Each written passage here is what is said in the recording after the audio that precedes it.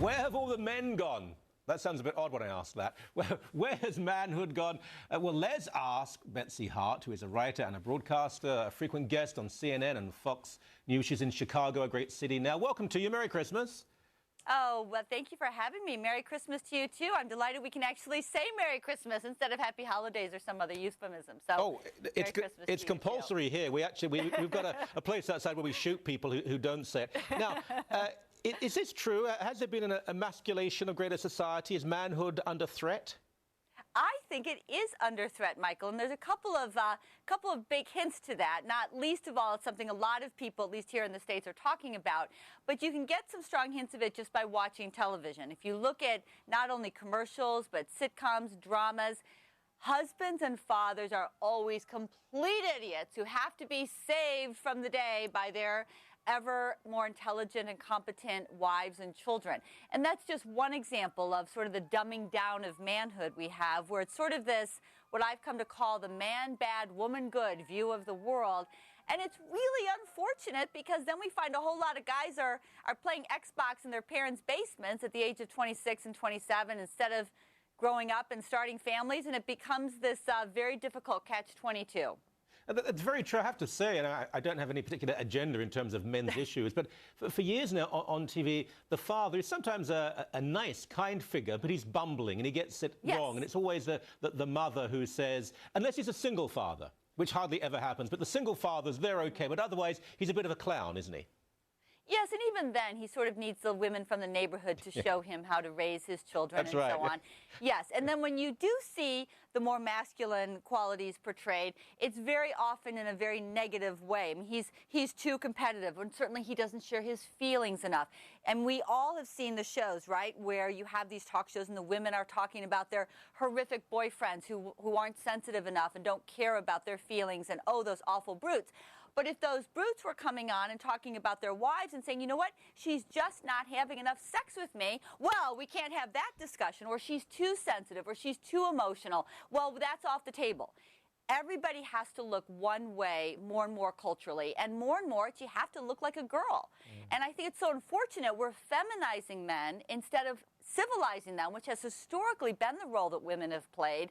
Now we just kind of want to make men into our best girlfriends, and I think it's very destructive for culture and family. Now, this is good. I'm not going to talk about she's not having enough sex with me, because my wife might be watching, and it really will be a problem. But the idea of looking like a woman. Now, it's one thing to be groomed, to make sure that you don't smell bad. You know, I mean, I put on colognes and stuff like that. But there has been this tendency to almost blur the genders, where men, I don't mean they walk around saying, look at me, we're holding their muscles up, but they have become effete. Yeah, we definitely have gotten into this sort of, this melding, if you will, this homogenized look that I think is not necessarily particularly attractive. I tend to like manly-looking men. But maybe that's just a signal of some other things that are going on in the culture when we really are sort of not valuing the more traditionally masculine qualities. And there's some reasons for that don't have to do with feminism. I mean, we do have a economy now that really is beneficial to multitasking. It's more service-oriented. We don't physically need the brawn that perhaps we once did. Women are excelling in high schools and colleges, at least here in the United States. There's this phenomenon of the supergirl and all kinds of questions about where are the guys on college campuses, because it's the women who are applying more, getting in more, and then doing better once they get there. And the women tend to now, in most major cities in the United States, on average, young women are making more than their male counterparts, and on it goes. So some of this has to do with economics. Some of it has to do with a very feminist agenda that says the traditional male qualities of being competitive, of being a little more stoic, not always being so verbal, etc., are bad qualities. Instead of what we once understood, which is that men and women typically are different, and that's a good thing. We complement each other. Less and less today, I think we're accepting of that. That has implication for families and communities and children, and a lot of women who are single because they can't find good guys to marry. But it's also the notion of sacrifice.